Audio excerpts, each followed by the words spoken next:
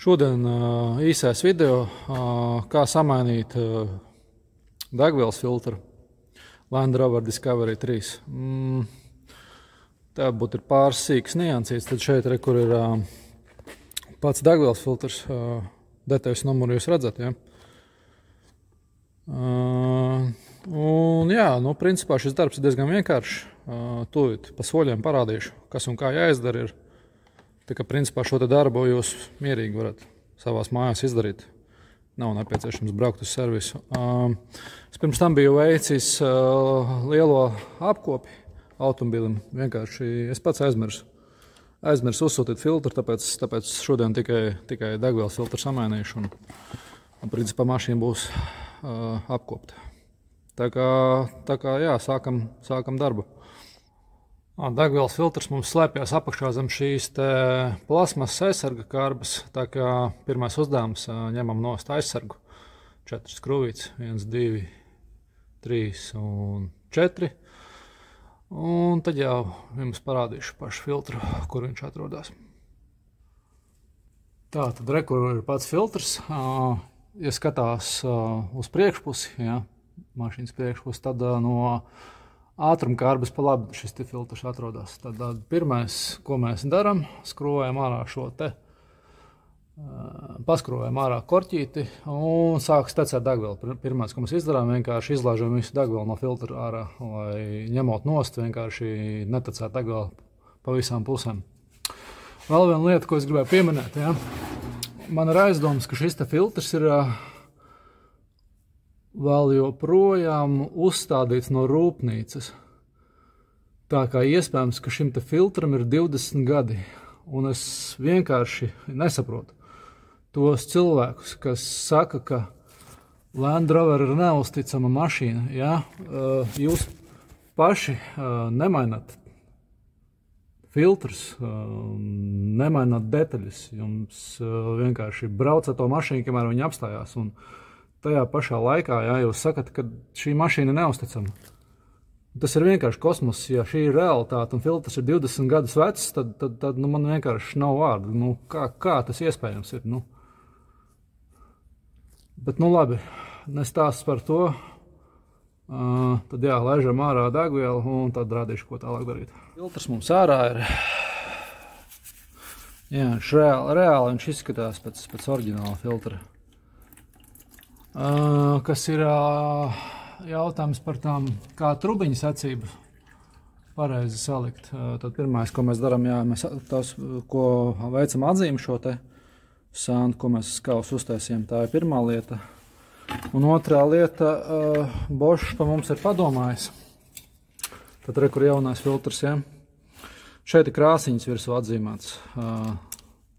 2 zilas krāsas, 1 dzeltena un 1 balta. Un šīs krāsas sakrīt ar krāsām, kas ir uz šīm trubiņām. Tā kā principā sajaukt tur neko nevar, vienkārši liekam pēc krāsām.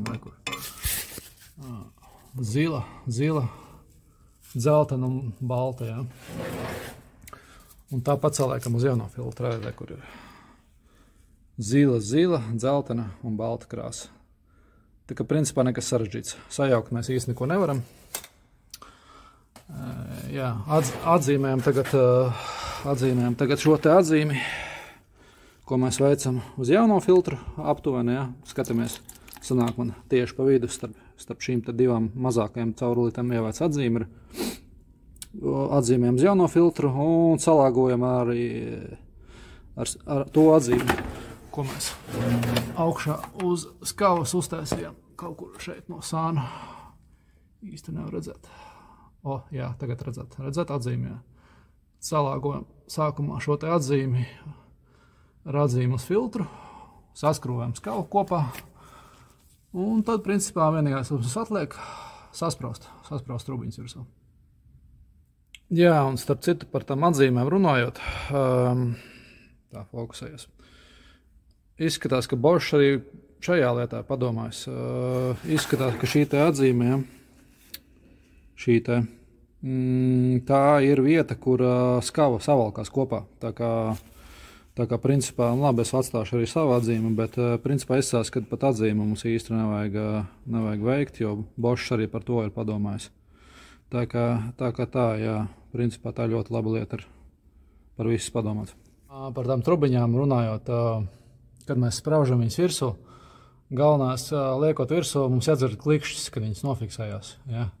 Ja nav klikšķis, tas nozīmē, ka trubiņas nav uzsprāsts līdz galam. Tā kā liekam katru virsū trubiņu, mums ir jādzer klikšķis, un tas nozīmē, ka trubiņa nofiksēta savā vietā. Tagad, ko mēs darām, mēs ejam uz mašīnu un atgaisojam pašu filtru. Kā notiek paša atgaisošana, mēs vienkārši ņemam atslēgu, liekam aizdedzē un slēdzam uz aizdedzi, bet nestartējam mašīnu. Taisam ciklu vienkārši. Viens cikls. Mēs dzirdam, kā degvielas sūknis strādā. Šādā te veidā mēs vienkārši ar elektronisko degvielas sūkni, kas atrodas bākā, mēs sapildam iekšā filtru. Bet jā, galvenais, uzreiz nestartējiet mašīnu, jo vienkārši mašīna tad var saraut gaisu iekšā degvielas sistēmā.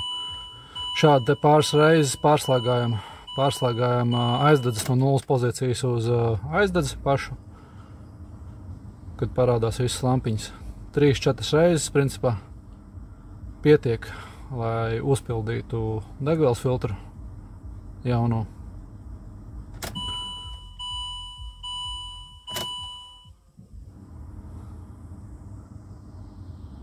Un tad pēc 4. reizes mēģināsim piedarbināt automobīlu.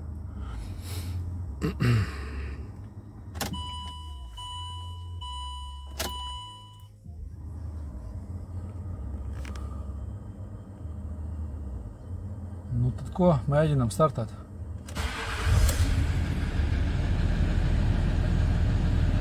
Tā, automobīls rūts, viss kārtībā.